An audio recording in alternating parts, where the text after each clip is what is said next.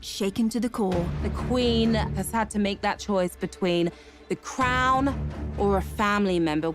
And it's something that, if you are not strong enough, it will tear you apart. Told by America's #1 royal source. We have incredible relationships, incredible access. We often know something is going to happen before the rest of the media does. You're going to hear revelations that you've never heard before. Harry and Meghan wanted to turn their public life into a private life. As a couple, they were under an incredible amount of pressure and scrutiny. They made it known how horrible this was, that their privacy was invaded in this way. But what would happen next was shocking. They dropped a bombshell that rocked the monarchy. This wasn't just headlines in England. This is headlines in every single country. This was panic stations for the royal family. And the world is waiting to find out what will happen next. What did it mean for their titles? What did it mean for how they could earn money? Not everybody's on the same page, that much we know. They are totally royal rebels. It's changing everything for the future of the monarchy. What happens now?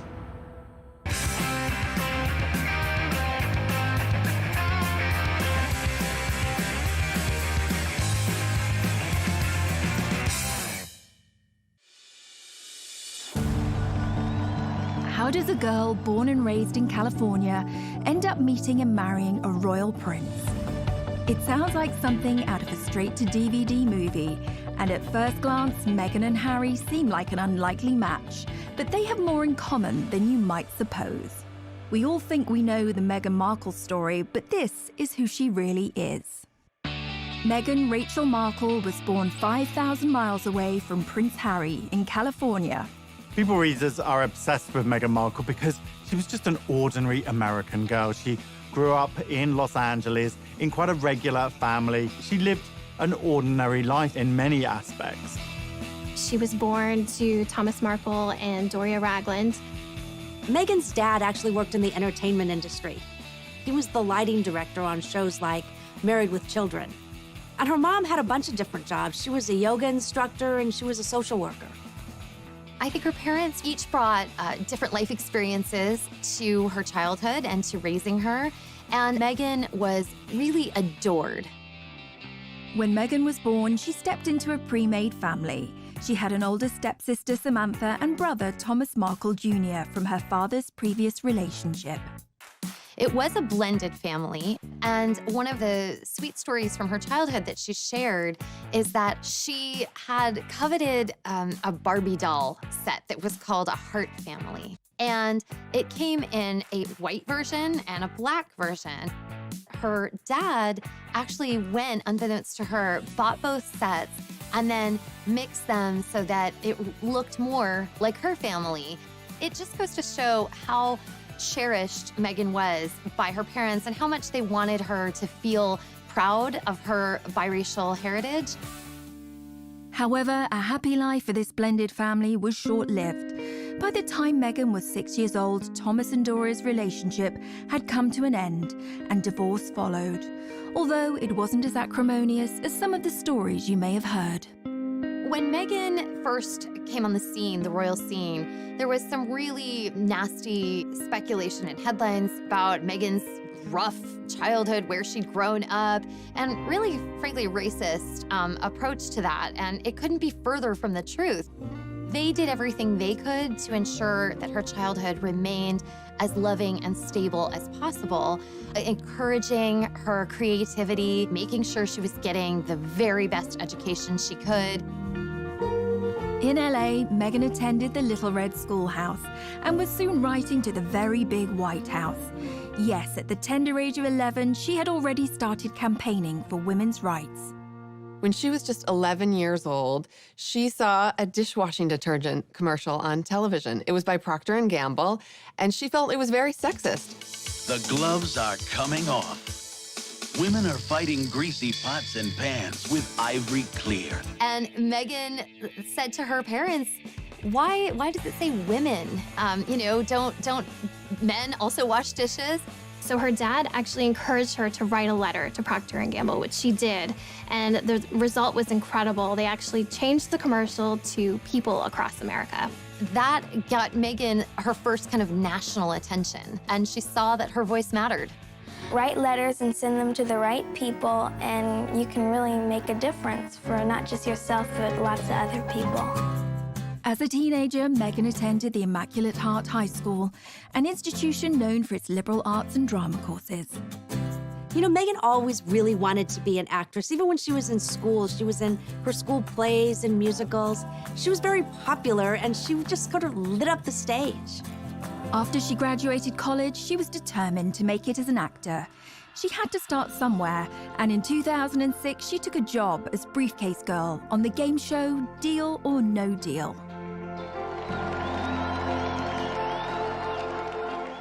Her role on Deal or No Deal, while it definitely wasn't showing off her acting skills, it was a great opportunity for her to get in front of the camera, to make some connections, and for people to see her on screen.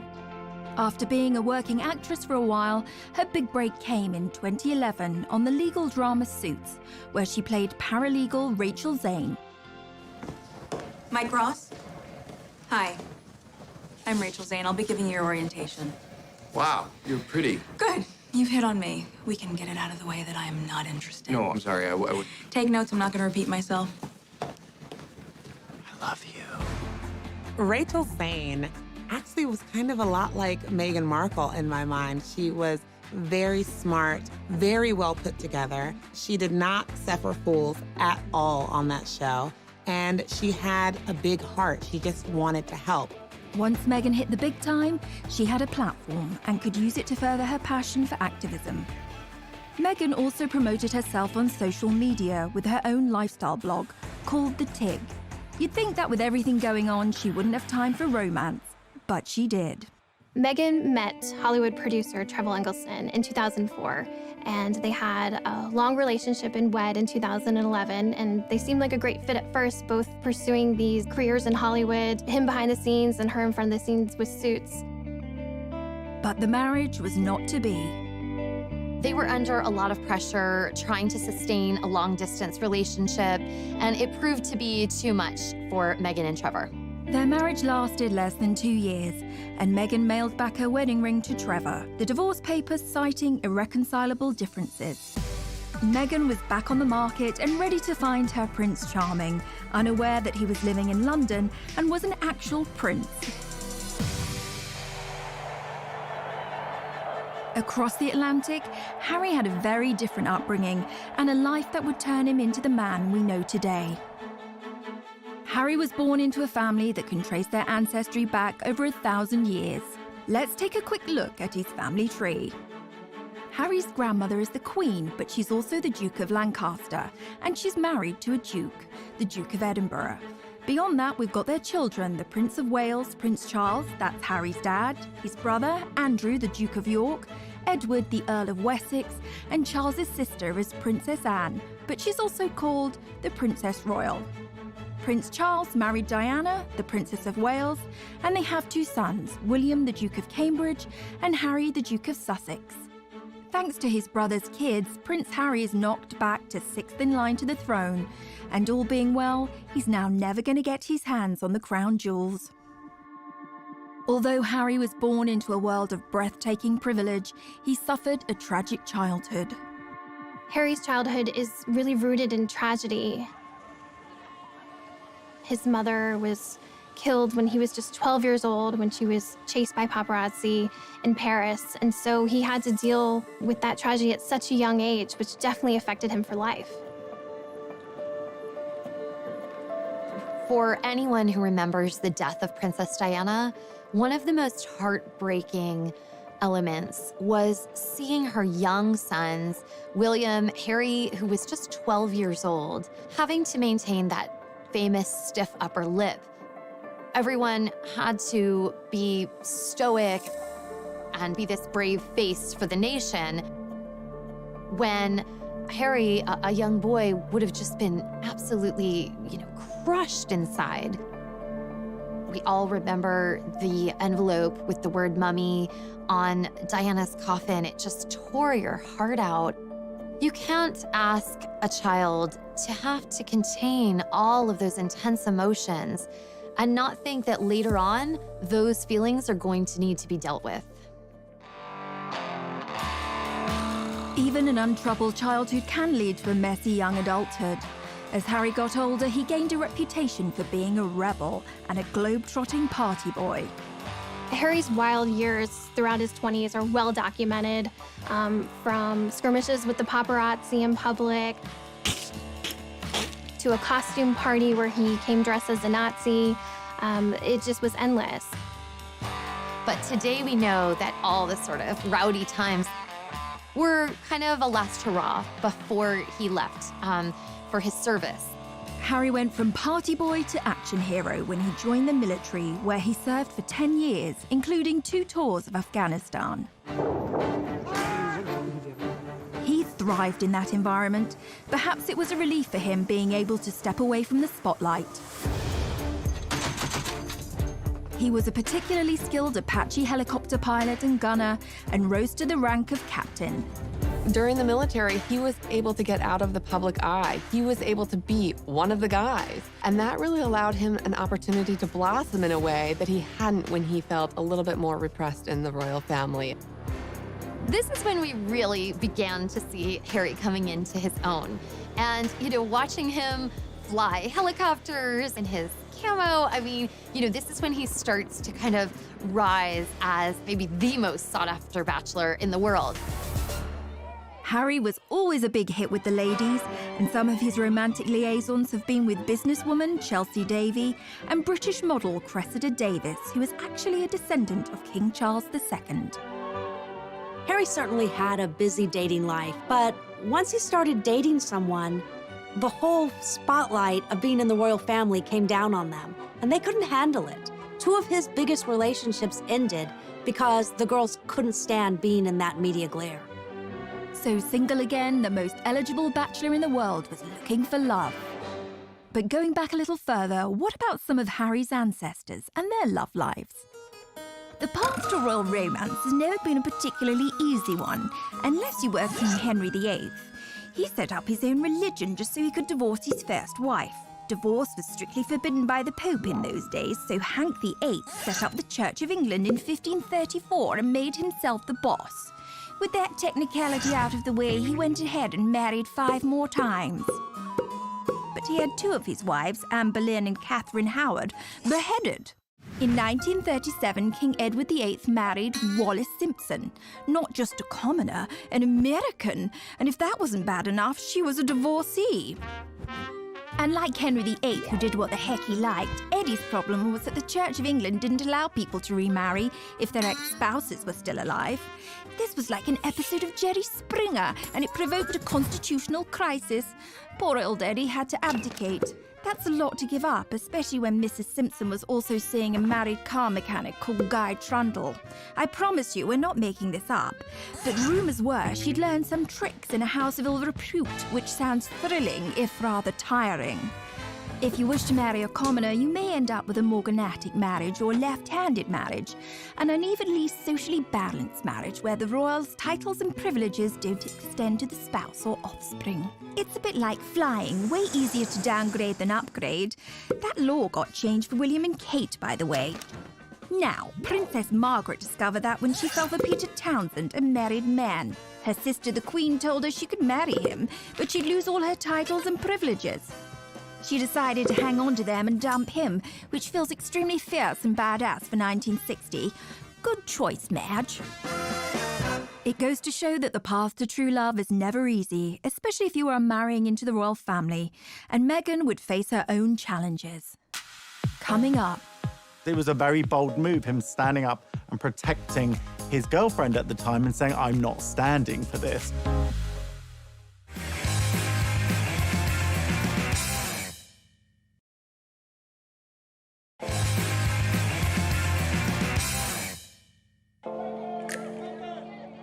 So how did this love story begin between Meghan and Harry? Well, it wasn't through a dating app. Instead, they were set up the old-fashioned way. Harry and Meghan met through a mutual friend in July 2016, and they had a blind date at an exclusive members club in London. I didn't know much about him, and so the only thing that I had asked her when she said she wanted to set us up was, I had one question. I said, well, is he nice? And it seems the stars aligned. Hello, I'm world-famous astrologer Angel Idealism. I have cast what's known as the Davidson chart of Harry Windsor and Meghan Markle. In essence, you take two individual astrological charts and you mesh them into one chart and you interpret it as one chart. What's interesting, while I'm looking at Harry's chart, I wouldn't automatically say, oh, here's a royal. Saturn is where we have approach avoidance. I want it, I don't want it. I'm gonna eat that muffin, I'm not gonna eat that muffin. So he has it on his power seat, and Saturn rules authority figures. So he's yes, no, yes, no, yes, no. I wanna be an authority figure, I don't wanna be an authority figure. Meghan Markle, with loads of sparkle. So she does have Venus in Virgo, which is a difficult Venus position. Venus in Virgo is, I love you, comma, but your feet are stinky. I love you, comma, but I know you're a royal, but could you not be? You know, they're so bloody good together because Harry is a Virgo. And of course, Meghan has Venus in Virgo. So when somebody's Venus is on your sun, it's like you meet and it's love at first sight. So it's all or nothing, do or die. A yes is a yes, a no is a no, a maybe is why the heck we still talking. They are quite naturally a revolutionary coupling. After a handful of dates, things moved quickly, and Prince Harry invited Meghan to accompany him on a trip to Botswana in Africa. Classic fourth date move. We camped out with each other under the stars. We spent coming join me for 5 days out there, which was absolutely fantastic. So then we were really by ourselves, which was crucial to me to make sure that we had a chance to get to know each other. Yeah.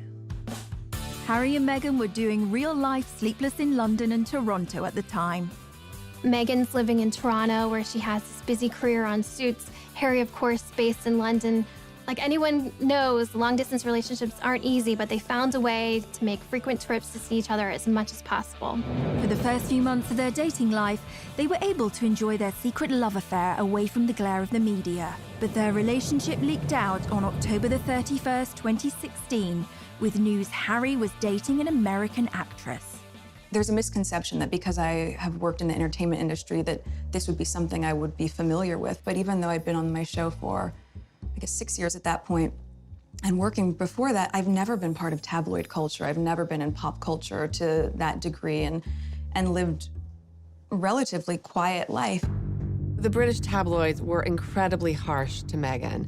They used racially tinged language to describe her. They felt like she was a money grabber, a social climber, that she was doing this to be famous. The treatment of Meghan echoed how his mother Diana had been harassed and hunted by the press, but this time he was in a position to do something about it.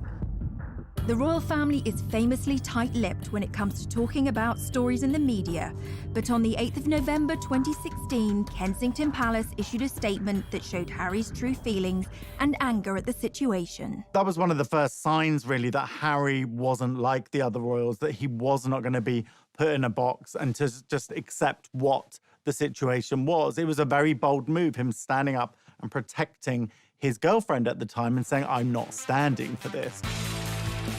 But also, Meghan was in love. She was going to do what she had to do to be there for him and to kind of deal, because you could tell this was not something that was taken lightly for her either. She took this relationship very seriously, which is clearly why she stuck around. Away from the headlines, this starry-eyed couple kept moving forward. Meghan and Harry's first public appearance on the world stage was at the Invictus Games, an international sporting event set up by the Prince for injured soldiers. They walked in to the stadium hand in hand, and it was clear that this was someone special in his life, and he was making it known to everyone. The couple were totally at ease with each other and very natural. We saw early on just how happy they were together, and part of that was through how they were breaking royal protocol. They would touch hands, we would see a little PDA, and all of that was so relatable and approachable and just made us root for the two of them that this was gonna work. Soon, Meghan started reprioritizing her life. She shut down her social media site, The Tig. She walks away from Hollywood. Which kind of had the hands of the palace saying, okay, if you're going to be a princess, then we need to get all of these things in order. After weeks of anticipation, the world finally got the news they had been waiting for. On November 27th, 2017, Meghan and Harry announced their royal engagement. It was official. The couple, thrilled and happy to be engaged, greeted the media as a united front at the official photo call at Kensington Palace. Was it romantic? They walked out in Buckingham Palace to a place called the Sunken Garden. This was a garden that was really special. It was a favorite spot of Harry's late mother, Princess Diana, so it was a nice homage to her, a nice way of including her in the moment. You could just really feel the love radiating off of them. And it was the first moment that we saw the ring. So it was a beautiful, enormous diamond ring. The center stone is from Botswana. And then the two outside stones were from Princess Diana's collection, so including Harry's late mother in this moment. They released a beautiful set of photos that were really stunning. But even then, some of the press point out things chipping away at Meghan, pointing out ridiculous things that she wasn't wearing tights and this wasn't following royal protocol, which is just kind of ridiculous and archaic. Harry and Meghan's natural way with each other, this ease that they have, was apparent from the start, especially during this engagement announcement, holding hands, looking up at each other, all smiles, very comfortable with each other. And this was a stark contrast to the engagement announcement that we saw from Harry's mother and father, Diana and Charles, where it seemed uncomfortable and slightly awkward. Can you find the words to sum up how you feel today, both of you? Difficult to find the right sort of word, isn't it, really? Just delighted and happy. And I'm amazed that she's been brave enough to take me on. And I suppose in love. Of course. Whatever in love means. And while he must have endured a refreshed grief as he reflected on his mother not meeting Meghan, he said that they would have got along smashingly. They'd be thick as thieves, without question. I think she would be over the moon, jumping up and down, you know, so excited for me. But then, as I said, would have probably been best friends with Meghan. She's with us. I'm sure she's with us, yeah, you know, jumping up and down somewhere else. Coming up. Meghan and Harry's wedding was like a wedding that the royal family had never seen before. This was like more glamorous than the Oscars.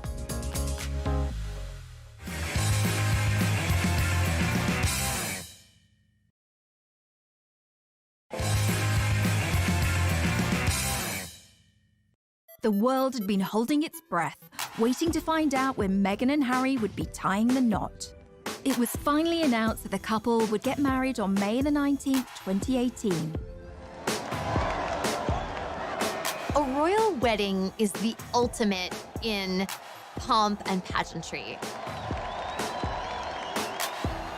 Royal fans just delight in a royal wedding. I mean, it's the fairy tale. The royal wedding is Cinderella's castle, Prince Charming, all of that rolled up into one. And like so many decisions in this couple's life, they chose a different kind of royal wedding from their predecessors. The average wedding in America these days costs around $35,000, which seems like a lot and a pretty compelling case for a drive-through off the main drag in Vegas. The most recent royal weddings have become much more fancy-schmancy affairs. I mean, maybe not Kim Kardashian fancy, maybe not Elton and David pink champagne and caviar fancy, but in terms of cost, royal weddings win every time. Will and Kate's wedding cost $34 million in 2011. The price went up again for Harry and Meghan's wedding. That cost around $45 million. Sibling rivalry or just a lot of transatlantic flights? One of the most expensive royal weddings ever was in Monaco.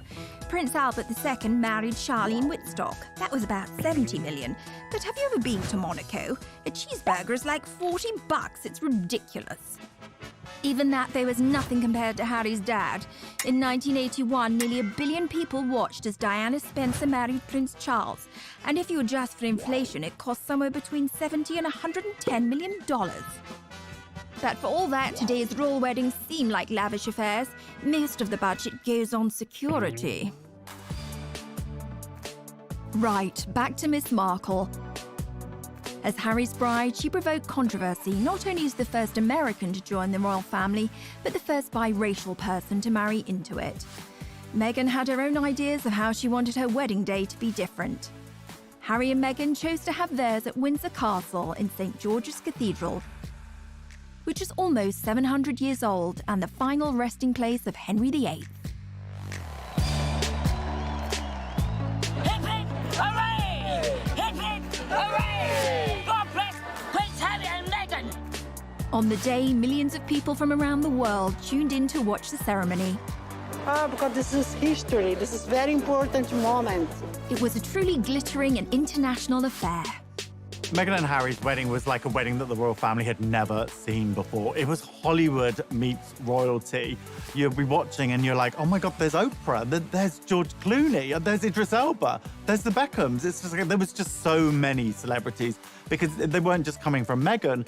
Harry had grown up with a mother who was very friendly with celebrities. This was like more glamorous than the Oscars. As with all weddings, tensions were running high. The media reported rumours that during the preparations for the wedding, a rift began between the Cambridges and the Sussexes.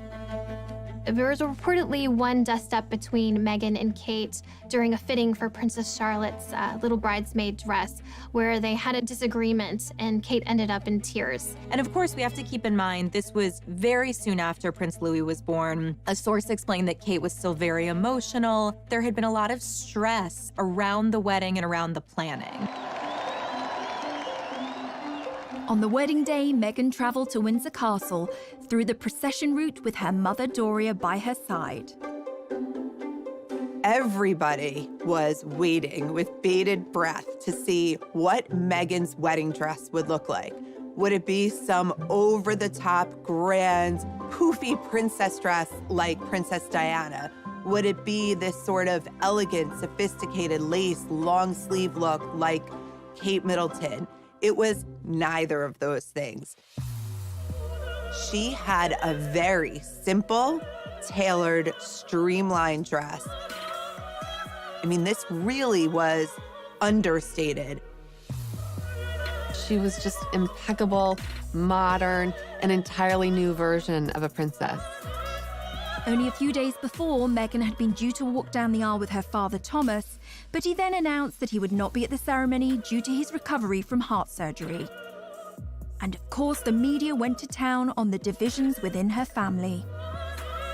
Anytime there's a big wedding where families coming together, there's a lot of potential for strife and stress. And then came the question, who would walk Meghan down the aisle and what's going to happen now that her father is not there? She made a real groundbreaking move in deciding to walk the first steps by herself, which really showed that this was a strong, independent woman who was making the decision to step into this life on her own. And then she was greeted by her father-in-law, future King of England. Prince Charles stepped in to walk Meghan partially down the aisle. There's no greater compassion and love for a future daughter-in-law than to take her by the hand to lead her to Harry to get married. I think a lot of people, even for those of us at People Magazine on staff watching, felt like, how is she so calm? You know, she was almost preternaturally serene. Later, when I spoke with her friends, they said, that's who Meg is. When she's in the moment, she's really in it. When she's made choices, she believes them 100%. And so there was nothing for her to be nervous about. And I thought that was really extraordinary. As the star-studded congregation looked on, Meghan's pastor, Michael Curry, delivered an impassioned sermon about love. Imagine this tired old world when love is the way, when love is the way. A far cry from the usual stuffy speeches, the ever-observant media caught Kate Middleton giving Camilla, Duchess of Cornwall, the side eye. Let no one put asunder. All was saved when the newlyweds delivered what we had all been waiting for. Meghan and Harry follow in tradition by having their first kiss in public when they step outside of the church.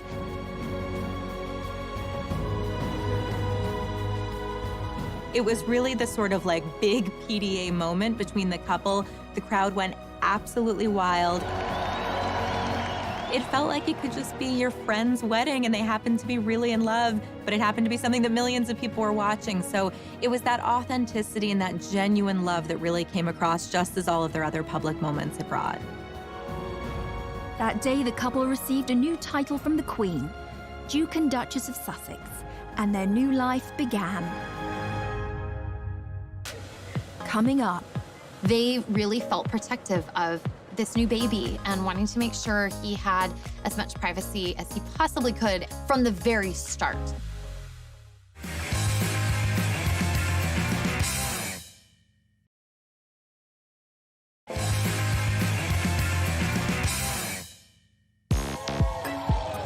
the start of Harry and Meghan's life was exciting, and as newlyweds, they moved into Kensington Palace, right next door to Will and Kate. In the summer of 2018, Meghan and Harry are settling into newlywed life. She's stepped into not only a new family, but a whole new country. So they're just kind of established in their footing as a married couple. Meghan had done a great job being accepted into the royal family, and even the usually reserved Queen took a shine to her new granddaughter-in-law. The Queen herself wanted to show how much she was eager to welcome Meghan into the royal fold, and she did that by giving Meghan a ticket on board the royal train, which is how the Queen likes to travel. And in fact, you really felt that they had this chemistry between them, and Meghan was bringing new life and new joy to these outings. Meghan and Harry began their royal duties as Duke and Duchess of Sussex. But what exactly is a duchess anyway, and where do they fit into the whole royalty ladder? So, according to tradition, or Henry VIII, you have a god at the top of the heap, well, Natch, then an emperor, then a high king or queen, then a king or queen, then come your archdukes, grand princes and princesses, grand dukes and duchesses, then come your crown prince, and I mean, we're really climbing a long way down the ladder here, aren't we? After all them come duke and duchess. Fun fact, Meghan could actually be a duke. This isn't anything to do with which bathroom she uses. A woman can be called Duke too. What about Harry, though? Well, he's a Duke of Sussex and also Earl of Dumbarton and Baron Kilkeel. The Duke and Duchess titles are kind of like a wedding present from the Queen. Here you go. I wasn't sure which toast you wanted, so I got you Hampshire instead. The annoying thing about being Duke or Duchess of Sussex is there's no duchy or territory of Sussex. Whereas Charles, Harry's dad, is Duke of Cornwall and also gets the Duchy of Cornwall, which literally means if you live in Cornwall, he could well be your landlord. Although it won't be him coming and fixing your broken toilet, but he does get the cash from owning it. And like Cornwall, there's no Duchy of Sussex and therefore no cash. So they don't get the cash, and guess what else Meghan doesn't have? Legal custody of her son Archie. According to a law from 1717, the Queen actually has governance over all the royal sprogs, including Will and Kate's. You might think it doesn't really have any relevance today, but apparently decisions like which members of the royal family are allowed to get on the same plane, yup, the Queen makes that call. Back to the couple's first royal tour of Australia, Tonga and New Zealand. Meghan and Harry were an instant hit with the public. And this is where we get to see Meghan shine. And there was a lot of echoes of Princess Diana in terms of her really bonding with people, with children, with a lot of the locals, giving speeches, which is something we hadn't seen Kate do before with such ease. Meghan was compared to Diana in another way, as a world fashion icon. Diana led the way in setting trends in the world of fashion. Back in the 80s, everybody wanted the Diana cut, and she occupied a fashion arena that included Audrey Hepburn, Jackie Kennedy, and some of the other most stylish women in history. When Princess Diana was alive, she was, without a doubt, one of the most photographed women in the world. Diana brought an innate glamour and this beauty to the royal family. It took them from royals to pretty much celebrities, all because of her and just this endless interest and curiosity in all things Diana. In 2019, Meghan was named the most powerful fashion icon, and the term the Meghan effect was coined. Like most people, I love Meghan Markle's style. We like to say at People that everything Meghan touches turns to sold. And that's because when Meghan wears something, it translates into mega sales for the brand. In one of those tours, she actually wore a bag by Strathbury. The second she wore this bag, it sold out in 11 seconds. The Duke and Duchess of Sussex were in the honeymoon phase. The tour of Australia kicked off with some bombshell news. The couple arrived into Sydney telling the world that they were expecting their first child. It was the most exciting way of kicking off a royal tour. This is a moment that the public, the entire world was excited about. Anytime there's a royal wedding, you wait for the announcement about the royal baby. This was massive news in the royal world, and for fans, I mean, it was almost too much to process. It was all happening at once. At the same time, we also noticed that Meghan and Harry are wanting to kind of put up the walls because they really felt protective of this new baby and wanting to make sure he had as much privacy as he possibly could from the very start. Weeks before the baby was born, Harry and Meghan announced they intended to keep the plans surrounding their child's birth private. It was never announced where Meghan planned to give birth. This was a major change from Kate's birth plans. Kate, obviously, at the Lindo Wing in Paddington, every single time one of her children is born, the crowds are gathered outside, you know, the news teams are there. It's a very big global event. With royal births, we famously see the new happy parents step out of the hospital. For royal fans, there's an expectation that we would be kind of, I don't know, almost included in that. And we learned pretty early on that Meghan and Harry were not going to do this. On May the 6th, 2019, baby Sussex arrived, weighing in at 7 pounds 3 ounces. And it wasn't actually until the birth certificate of Archie was released that we even knew what hospital they had gone to. Meghan said no way was she going to walk out of a hospital and into a crowd of thousands, you know, with every TV camera from all over the world there, which is what Kate did. But Kate felt that that was her duty. Meghan didn't feel it was her duty, so she didn't do it. They didn't want involvement from the press. They wanted to do it their way. This was not a baby for the public. This was their baby. The birth of a newly born Lord Prince on this, St. George's Day, 2018. It does seem a normal thing for a father to protect his child and to be able to do what he wants and release photos when he wants. But the British public have a very different perception of this. They pay for the royal family. So there was a lot of resentment towards Harry when he started to restrict this access. I think the christening marked a bit of a turning point where it was, no, this is a private event. We're not going to bring, you know, cameras in. We're not going to release dozens of photos. That was a shift that a lot of people had to get used to. Meghan, Harry and baby Archie then moved away from Kensington Palace to Frogmore Cottage in Windsor. Well, Harry said that he felt like a prisoner in Kensington Palace. He couldn't wait to get out of there. The Queen offered them Frogmore Cottage, but it was in a very dilapidated state. And unfortunately for Harry and Meghan, the bill fell on the taxpayer, and it was £2.4 million. And that caused a lot of bad feeling as well. The public started to feel like this quid pro quo was off kilter. Like, well, you know, if we're helping pay for, I don't know, your new kitchen, we should get to see, you know, Archie on his special day. Meghan and Harry, they wanted to be royal and to enjoy the royal life, but they also wanted a private life. And those two don't really go together. Coming up. It was the first time that a member of the British royal family has done anything like that.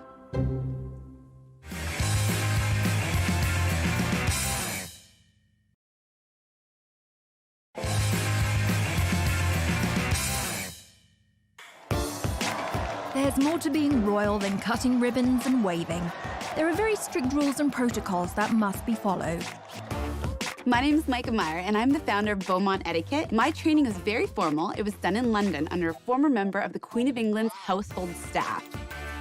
I think there's this heightened level of fascination when we all saw Meghan Markle marry into the royal family. We were like, wait, a real average person can become a real royal? In our minds, we just saw her go from A to B, but that definitely wouldn't have been the case. She would have been, practicing in royal aids, would have literally guided her throughout the entire process.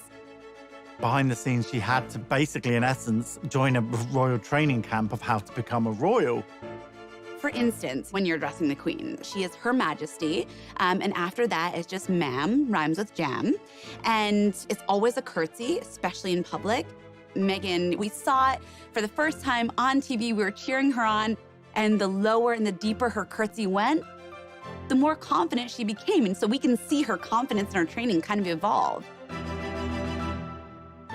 A lot of etiquette around the royal wife, and we actually see how she starts on that day that she was first engaged, and she's waving and very excited. And then we see her at the next event, and suddenly we see her fingers are together. And then we see that elbow come in even further, and then we see the polished wave in the end. Even the sitting position, that's one huge part of Meghan's training, we literally saw happen before our eyes. We see the old Meghan, and she would have one leg crossed over the other and her ankle kind of out and flapping about in a very casual way, which is very comfortable. As she becomes a royal, we see her training go into effect. That first big event where she's sitting next to the Queen, she's using this new technique. She has one over the other, toes pointing forward, and it's so tight. It's almost like there's a rubber band from her knees to her ankles. And if you tried to slip a little credit card in between her legs, good luck. You wouldn't have gotten it through. You can imagine how intimidating that first session of afternoon tea with the Queen must have been. Holding a teacup is actually even harder than it looks. You actually pinch your fingers together through the teacup, and then you use your middle finger underneath it. And if you want to support the teacup, you can use 2 fingers like the Duchess of Cambridge does at the very bottom. Knowing what she went through, how fast she went through that training, that's not typical for a royal. And she really did a good job. But Meghan hasn't always been so obedient, and when she started tearing up the royal rulebook, her newly universal adoration and shine began to fade. One of the ways that we see Meghan and Harry start to bend some rules, maybe even start to break some rules, was when Meghan guest edited Vogue. Unlike previous royal princesses' involvement with Vogue, Meghan didn't just pose for the magazine. In fact, she didn't put herself on the cover. She celebrated women around the world who are doing extraordinary things. It was called Forces for Change and included interviews with everyone from Jane Fonda to Greta Thunberg. It was the first time that a member of the British royal family has done anything like that. This move was seen as too political by some critics who saw this as kind of an inappropriate royal role for her and not what we had been used to seeing. There's an interview between Meghan and Michelle Obama, and Michelle Obama gives her some advice about how to handle fame and the royal family. Usually, you don't get outside advice. The palace is what gives you the guidance that you need to go forward. That didn't really go over well with some people. Yet again, Meghan was feeling the backlash from the world around her. Humans fear change, and in this situation, there was a lot of change going on. The aristocracy and the monarchy is a stuffy institution. Meghan came in and she was completely different. She was an American, she was biracial, she was a divorcee. I think there could have been some fear that she is something other and that she could affect the monarchy and chip away at the monarchy. You know, I think in some ways, what Meghan and Harry have done is just shown, listen, we're gonna do what's right for us. We are going to do what we are comfortable with. Meghan and Harry are not the only royals to have a rebellious streak. There's a long line of royal rebels, but there are those who know how to make it work for them. What about Princess Margaret, the Queen's sister? She liked to party. She partied hard with her daughter's godfather, Anthony Barton, with a former Prime Minister's nephew, Alex Douglas Horne, and it's thought she even partied with Mick Jagger and Warren Beatty. She partied hard in her party house on the party island of Mustique. But then she calmed down and got herself a toy boy, marrying a guy 17 years younger than her. Then she got the first royal divorce since 1901. She rocks. But if you ask us, the royal rebel closest to Meghan's heart would probably be Princess Louise, Queen Victoria's fourth daughter. She questioned everything, earning her the nickname Little Miss Y. She was very cool. She refused to marry someone she didn't love, was an ardent feminist, and visited imprisoned suffragettes, the protesters for equal rights for women. And, stop me if this sounds familiar, she got married and moved to Canada. Her full name? Louisa Caroline Alberta, and yup, Alberta, Canada is named after her. The province was originally going to be called Louise. If you can find a more Meghan-friendly royal rebel than that, then you can send us to the Tower for treason. Coming up. It was a huge betrayal for Prince Harry and Meghan, and they let it be known. As a member of the royal family, the press can either be a valuable asset or your worst enemy. And Prince Harry and Meghan have maintained a love-hate relationship with them. There have been times when the royals have welcomed the press in terms of trying to get their messages out. And this can be anything from, obviously, the Royal Rota, which is the established UK press corps, attending their engagements, which are to benefit charity, to shine a light on good causes. And that's the time when they really embrace the press. Even Harry's mother, Diana, used the media to her advantage. Princess Diana famously used back channels to set up an interview with the BBC's Martin Bashir on the show Panorama. And she did that because she felt that she could not make her side of the story heard. When no one listens to you, or you feel no one's listening to you, all sorts of things start to happen. For instance, you have so much pain inside yourself that you try and hurt yourself on the outside because you want help, but it's the wrong help you're asking for. People see it as crying wolf or attention seeking, and they think because you're in the media all the time, you've got enough attention, inverted commas. But I was actually crying out because I wanted to get better. We have never seen any royal open up the way Diana did, the way she bared her innermost thoughts and feelings. But unlike Diana, Meghan was too new to royal life to start airing her grievances publicly. But her friends would rally to the cause. In an exclusive interview with People magazine, Meghan's inner circle opened up about the Duchess's private life and her struggles with the UK tabloids. In February of 2019, Meghan's inner circle of friends felt that they could no longer remain silent while what they saw as global bullying of Meghan was unfolding. They wanted to speak out, and they came to People magazine to do that. What I heard from them was that nobody celebrates your wins bigger than Meghan. And by the same token, when you're struggling, Meghan is there with a box of Kleenex and a bottle of wine, anything she can do to comfort and support you. And, they talked about another misconception that Meghan is so high maintenance. There was a report that Meghan wanted the church sprayed the specific scent, and it was sort of diva moment. And the friend said, Meghan is so religious, she would never, ever disrespect a holy place like St. George's Chapel at Windsor Castle, and that's a contradiction to who she is. I came away feeling like my friendships are really inferior to Meghan's, because these women, they felt so loved by her and supported in a way I had really never seen before. Meghan got a little help from her friends, but it was short-lived. Later that month, the Daily Mail ran an article that for Meghan and Harry crossed the line. There was a major issue with the Mail on Sunday that published a letter, a private letter that Meghan had sent to her father. It was a huge betrayal for Prince Harry and Meghan, and they let it be known. They filed suit. She obviously feels like it's a copyright issue that they went ahead and posted that letter without her permission. The action was accompanied by a scathing statement from Prince Harry denouncing the media's bullying of his wife. This clearly goes back to his anger and his hurt at how his mother was treated. Days later, Prince Harry sued the owners of The Sun and Daily Mirror for allegedly hacking his voicemails. They're both very much taking a stand against the UK press, against the tabloid intrusion that they feel has completely compromised their ability to have a private life. So who are the tabloids? If you're even slightly famous and you're in Europe, the chances are, whatever you're doing, someone is going to be taking a photograph of you. They're pretty aggressive with how they get their scoops. A famous scandal was Squidgygate. A British newspaper got hold of a recording of Princess Diana and her close friend James Gilby speaking on the phone.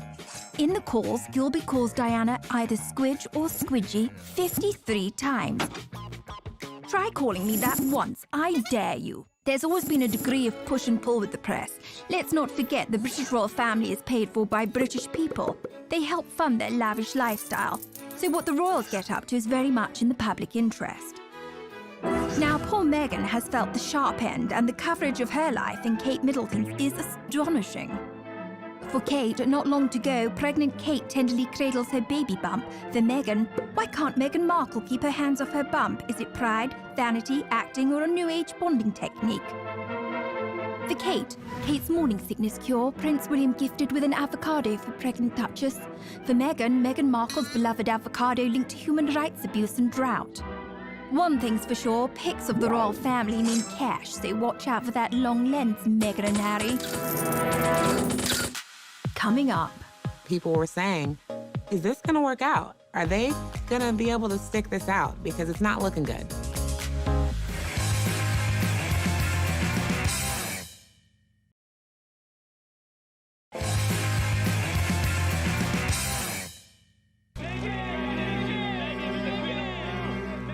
As media scrutiny intensified, so did tensions inside the royal family. This was a turning point for Prince Harry and Meghan when it came to them just not putting up with the British press anymore. You would think that, you know, the royal family would step out and make some sort of decree or something in their support, and it didn't happen. And you start to see not only the shift between Prince Harry and Meghan and the press, but a little bit of a shift between them and their family.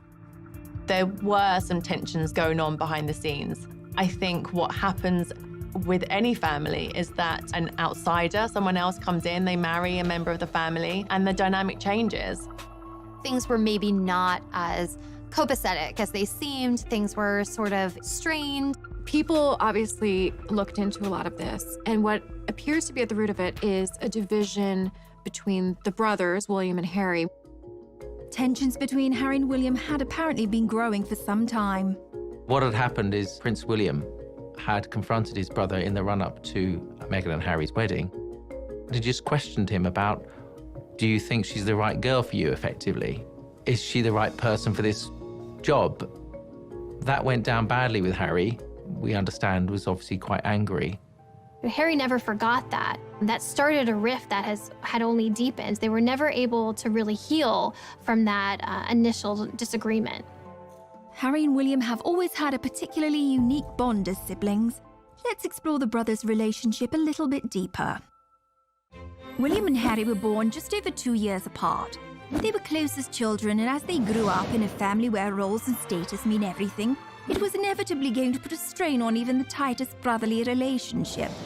In royal circles, children are often referred to as the heir and the spare. The eldest is destined to be king, while the younger one can end up feeling a little redundant. For William to take a leap like Harry's would be almost unthinkable. He has a lot of skin in the game.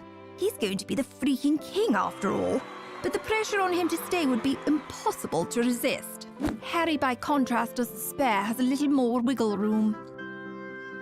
One thing's for sure, they're both dealing with massive adjustments to their lives, so it's anyone's guess what the brothers' relationship will look like moving forward. Meanwhile, Kate and Meghan were dealing with their own issues. I think we all wanted Meghan and Kate to be best friends because we love Kate and we love Meghan, and it was, okay, now we have two of them. But they're so different. They grew up completely different, and they have different roles now. So when they didn't really seem to become best friends, people started thinking that they were frenemies. And the tabloids went crazy, setting them up against each other. Any new mom can understand the value of calling a girlfriend and having someone over to help you out and figure out this new role as a mother. And Meghan was very isolated. She was starting anew without the support system that most of us have when we enter this new chapter of our lives. So you had Meghan having trouble settling into royal life. Kate is not able to necessarily be that support, and Harry and William not talking very much anymore, so the two couples became estranged. It was on a tour to South Africa that Harry and Meghan seemed to finally reach a breaking point. When they were in South Africa, they recorded a documentary with ITV, and it was really the most personal we've ever seen Harry and Meghan be. They had a film crew following them, and this really was the first time that they were honest about how they felt. They did an interview with Tom Bradby, who is a TV journalist. He has, over the years, become quite close to Harry and become a sort of spokesperson for Harry. And he interviewed them, and Harry was amazingly open. You're living in this goldfish bowl, the interest is huge, the pressure is great. I mean, do you want to talk me through the last year and where you're at?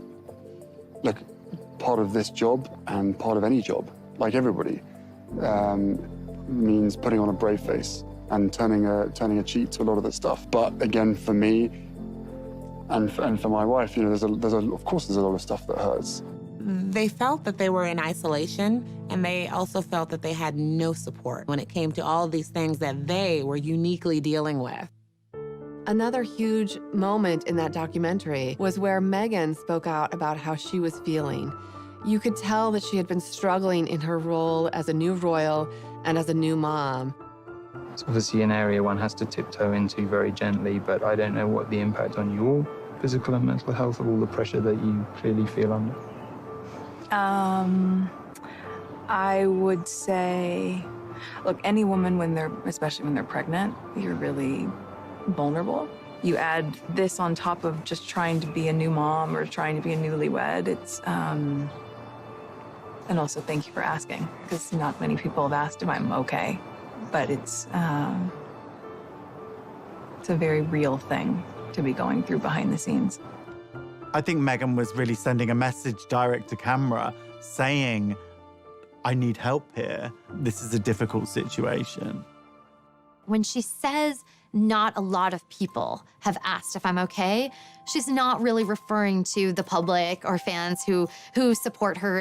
She didn't feel members of the royal family had asked if she was okay. People were saying, is this gonna work out? Are they gonna be able to stick this out? Because it's not looking good. The Sussexes were looking for a happy and authentic life, and they needed to find a solution, however drastic. Coming up. When Harry and Meghan made this announcement, the world was stunned.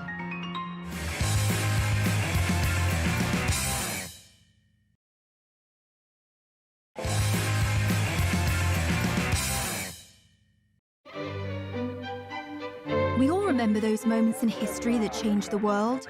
The first moon landing. The assassination of John F. Kennedy. The first time we saw Kermit the Frog's legs. So weird. And when Harry and Meghan decided to leave the royal family. A royal announcement that is sure to rock the United Kingdom. Royal split. Harry and Meghan quit. Going it alone, the Duke and Duchess of Sussex. The royal family reeling this morning. A rift in the royal family not seen for a generation.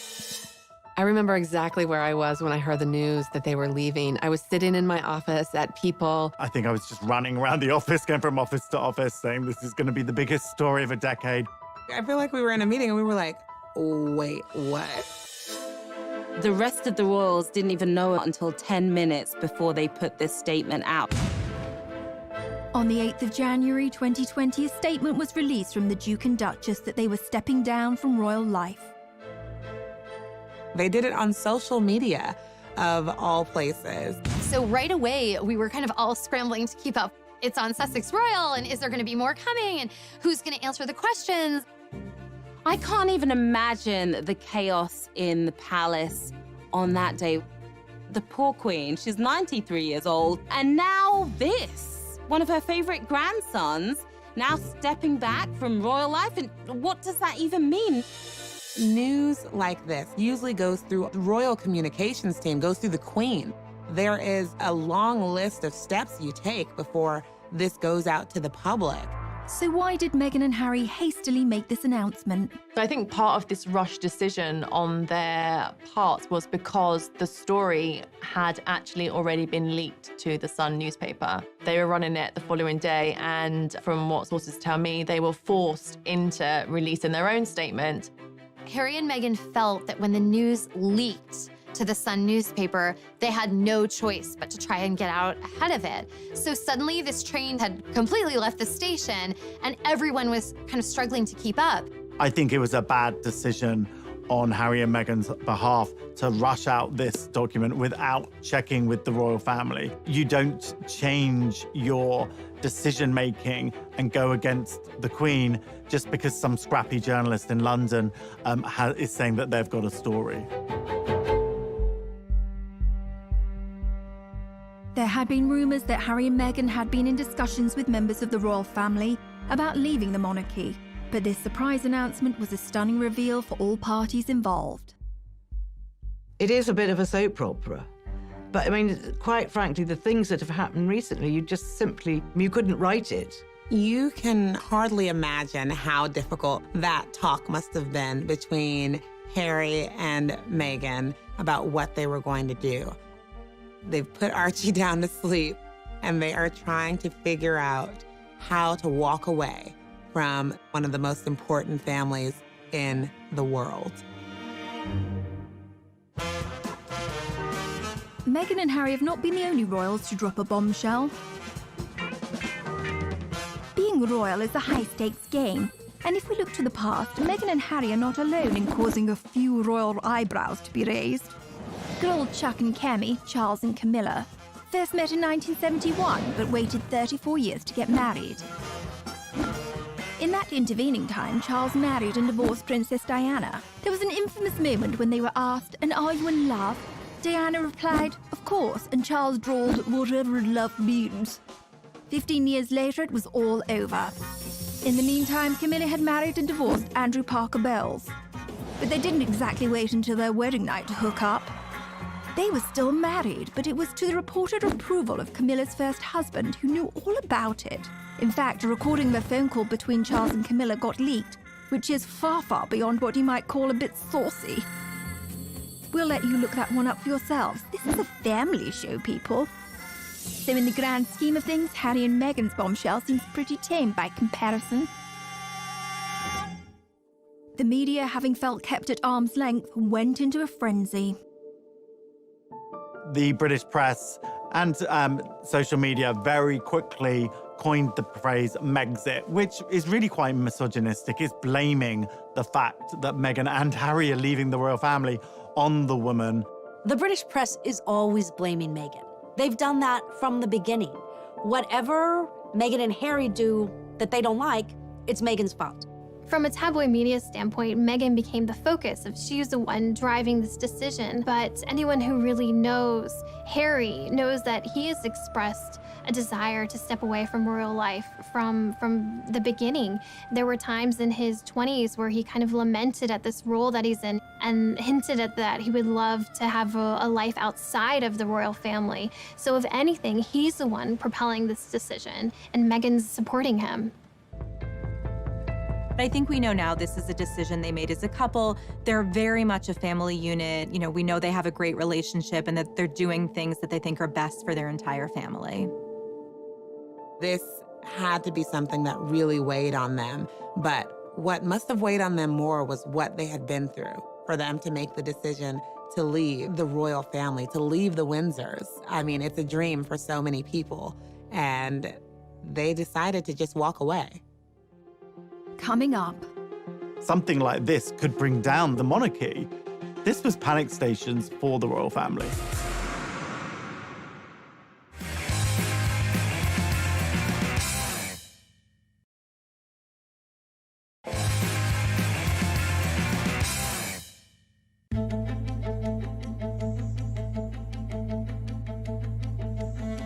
After the bombshell was dropped, all royal parties had to scramble to determine what would happen next. Something like this could bring down the monarchy. This was panic stations for the royal family. Buckingham Palace did release a statement, and I think this was a big shock to the world. It was obvious from that statement that they weren't on the same page. The discussions are still ongoing. We know they are expressing an interest to do this, but all the details haven't been worked out yet. The thing is, you don't announce the plan until you know what the plan is, right? They did things back to front. By now, Meghan had already gone to Canada, and 93-year-old Queen Elizabeth had to spring into action and implement damage control for the monarchy. The Queen and her senior advisors did some very quick thinking. They said that they were going to have a summit at Sandringham. She had Charles and William and Harry all meet her there, and then they sat down to talk it out. The pressure on the Queen here is immense. The Queen was on her back foot. She is under pressure to be the leader and to have an answer and to have a path forward, and the clock is ticking. Within days, on January the 13th, 2020, the Queen publicly announced a declaration of her blessing for the couple. 5 days later, the Queen released a statement that was really in support of Harry and Meghan's decision. And this was one of the most emotional statements we had ever seen from the Queen. Since the death of Princess Diana, she used terms like my grandson, my family.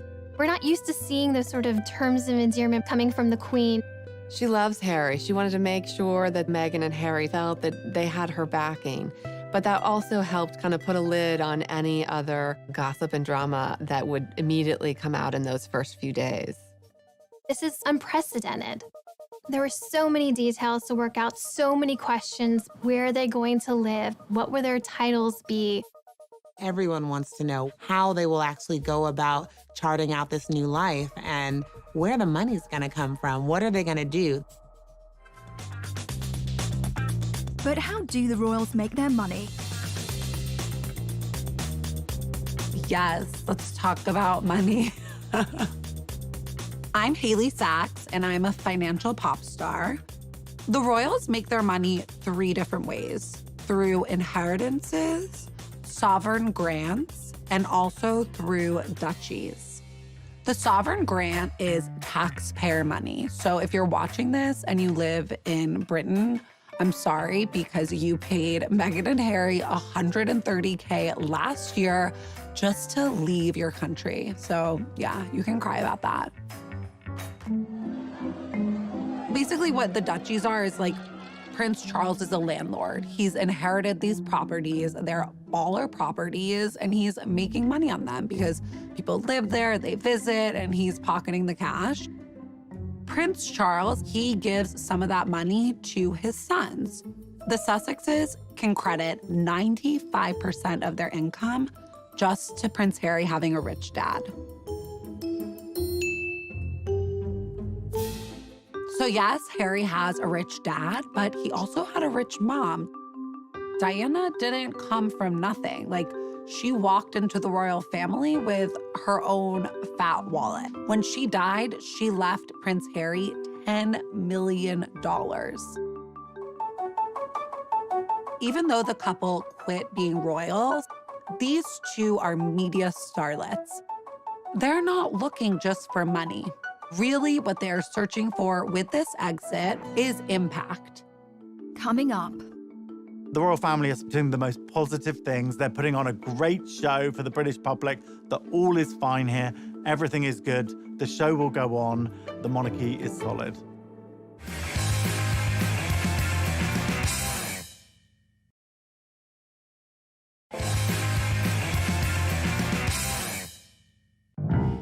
While Meghan was busy unpacking her Suits DVDs in Canada, it was back to business for the royal family. It was initially a bit of chaos as everyone tried to kind of find their footing in this new, unprecedented order of things. At the end of the day, the monarchy has to come first and the crown has to come first. The Queen, she's not going to let her emotions get the better of her. Now it's about action. It's about taking action and figuring out what are next steps. The monarchy is often, throughout history, in a very vulnerable position. There are a lot of people who don't agree with the monarchy. The monarchy can be perceived as a very undemocratic institution, essentially inherited power. When you have somebody who is stepping away from the royal family, this makes the royal family very vulnerable. For those that had stayed, the Queen doled out presents. Prince William was bestowed with an additional royal post, Lord High Commissioner to the Church of Scotland. The royal PR team wanted the rest of the family to show a united front, and William, Kate, Charles and Camilla embarked on a rare joint charity engagement, and the British press dubbed them the new Fab Four. All this sort of family discord and fighting amongst themselves didn't look good, so the Queen wanted to fix this up. She has Charles and Camilla and Kate and William all at her beck and call to come out and present a united front as this is the royal family. We're still here for you. The Duchess of Cambridge was also being kept busy on a tour of the UK to promote her work with childhood development. Kate has really stepped forward. She just gave her most illuminating interview that we've ever heard from her. You know, it was a podcast, a very modern format, where she talked about the challenges of motherhood, the challenges of being pregnant. So she's willing to take up this mantle and help support the monarchy any way she can. They're doing the most positive things. They're putting on a great show for the British public, that all is fine here, everything is good, the show will go on, the monarchy is solid. With the royal family's united front in check, the Queen had one last ground rule that needed to be laid. What was important to the Queen was that Meghan and Harry cannot continue to use their royal titles and the trademark of Sussex Royal. She didn't want any perception of impropriety that they might be making money in any kind of way off of any royal titles. Obviously, they're known as Sussex Royal. That is their Twitter handle, their Instagram name. The whole brand is based around that. The Queen and other members of the royal family had said, actually, no, that word royal cannot be used. No one can say royal unless they really are royal. Once Queen Elizabeth's terms were made crystal clear, Harry knew it was time for him and Meghan to move forward with their new life. One of the things that was just so exciting to see was how they took this bold step themselves. It was world-shattering news. It made headlines the world over. Was it perfect? No. But when you kind of take control and find your voice and realize, I can make this path forward, that's a really inspiring thing to see. During Harry's final few days in the UK, he delivered an emotional exit speech at a charity dinner in London. It brings me great sadness that it has come to this. There really was no other option. It has been our privilege to serve you, and we will continue to lead a life of service. So in that respect, nothing changes. But I hope that helps you understand that I would step my family back from all I have ever known, to take a step forward into what I hope can be a more peaceful life. It's a tough situation, particularly for Prince Harry, because this is his family. These are the people who have loved him and raised him and who he has grown up with his whole life. We've all been in family situations that can be complicated, but they're always a part of who we are. So I think the goal for them is to still have warm relations. I think Harry and William still want to reforge their bond, but it's going to look very different than anything we've ever seen before. The rest of the world had their own reactions in the aftermath of the Sussex's bombshell announcement. While Harry filled a suitcase with a gold toothbrush, some monogrammed socks, and a copy of How to Succeed in Business, support was flooding in from celebrity friends and admirers. Bette Midler hoped Meghan would bankrupt them all, although I don't quite see how she'd manage that. Oprah Winfrey said she supports them 1,000%. And Jack Osborne observed, "Listen, Prince Harry, if I can survive my family, you can survive yours." And Meghan's friend Jessica Mulroney, who previously had the sweetest babysitting gig imaginable looking after Archie, called out critics of Meghan as racist bullies and posted this quote on Instagram after the news. "A strong woman looks a challenge in the eye and gives it a wink. Wink hard, Meghan." Coming up, how is the next chapter going to unfold? The world is their oyster right now. They can pretty much do anything that they want. Harry joined his wife Meghan in Canada to start their new unprecedented post-royal life. It was revealed that Meghan and Harry are going to be splitting their time between the UK and Canada during this period of transition. So they set their sights on Vancouver Island, where they spent a lot of the time over the holidays. Life in Canada was pretty peaceful for the most part compared to living in London. They were in a friend's $14 million mansion in Vancouver Island, taking a lot of walks with Archie, spending a lot of family time together, doing yoga, being as healthy as they possibly can be. Canada is somewhere that Meghan's very familiar with. She used to film in Toronto. But I think it's a place that she felt safe. This wasn't the spotlight of London, and they just needed somewhere calming, somewhere that they could get their thoughts together and really also heal their mental health, I think. So what are the predictions for the couple's next steps? It's brand new territory for them to be trying to find a way to basically earn money. And, you know, when you are the Prince of England and the Duchess of Sussex, it's like you have to earn a lot of money in order to keep up that lifestyle and to live independently. It's gonna be a really interesting road ahead. Their last round of royal engagements were in March. They're officially stepping back, and they'll no longer be using their HRH titles or Sussex Royal. But I think the world is their oyster right now. They can pretty much do anything that they want. Both of them are very smart. Both of them are very talented. Harry and Meghan's next steps in terms of their careers is anyone's guess. Who knows whether we might see a Meghan Markle clothing range for one of her women empowerment charities. We might see a book deal maybe, although various ones of those have been denied so far. We also know that Harry is involved in a TV project with Oprah for Apple TV. So that will be announced at some point this year, I'm told. We've already seen that Meghan did her first voiceover role for Disney, and the check was donated to a charity for elephants. They're definitely going to be cashing in on their celebrity status. There is no way they're going to be penniless. They are going to have offers coming through the door. We saw Harry and Meghan recently in Miami at this banking summit at JP Morgan. We thought they were going to be laying low. Suddenly we got the news that Harry and Meghan were sitting next to J-Lo and A-Rod at a star-studded event for JP Morgan. And there are rumors that Harry earned $1 million for giving a speech at that event. It's not a bad paycheck at all, especially for your first time outside of the royal family. People are going to be offering them deals left, right, and center, but they still have to have composure and remember where they came from, because ultimately they don't want to disrespect the monarchy. The Sussexes don't need to rush into anything. They're still extremely high-profile people. In fact, maybe even more high-profile now after stepping back from the royal family. And since making this bombshell announcement, they're probably more famous than they even were beforehand. What do the inner circle of Harry and Meghan's world think of this? Since Meghan and Harry have stepped away from their role as senior members of the royal family, what we are seeing is a completely new chapter, and really, as one source told us, uncharted waters. What Meghan's friends feel is that she's going to put her family first. She's going to put her son first. Her life as a mom is so important to her. And if everyone is chattering around her about, but what about this? But she shouldn't have said that. She shouldn't be here. She shouldn't be there. That's something she's going to push out of her mind.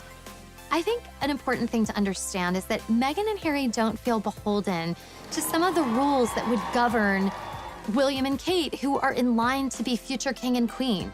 We were told by a friend of Harry's that Harry the royal and Harry the person are two very different figures. And Harry the person wants to thrive. And I think that Meghan's friends and Harry's are completely supportive and thrilled for them, because it was hard to watch them feel so suppressed. Meghan Markle and Prince Harry have left Canada, reports People magazine. So People magazine has been covering the royals really since the inception of the magazine for decades and decades. We end up meeting and marrying a royal prince. It sounds like something out of a straight-to-DVD movie, and at first glance, Meghan and Harry seem like an unlikely match, but they have more in common than you might suppose. We all think we know the Meghan Markle story, but this is who she really is. Meghan Rachel Markle was born 5,000 miles away from Prince Harry in California. People readers are obsessed with Meghan Markle because she was just an ordinary American girl. She grew up in Los Angeles in quite a regular family. She lived an ordinary life in many aspects. She was born to Thomas Markle and Doria Ragland. Meghan's dad actually worked in the entertainment industry. He was the lighting director on shows like Married with Children. And her mom had a bunch of different jobs. She was a yoga instructor and she was a social worker. I think her parents each brought different life experiences to her childhood and to raising her, and Meghan was really adored. When Meghan was born, she stepped into a pre-made family. She had an older stepsister, Samantha, and brother, Thomas Markle Jr., from her father's previous relationship. It was a blended family.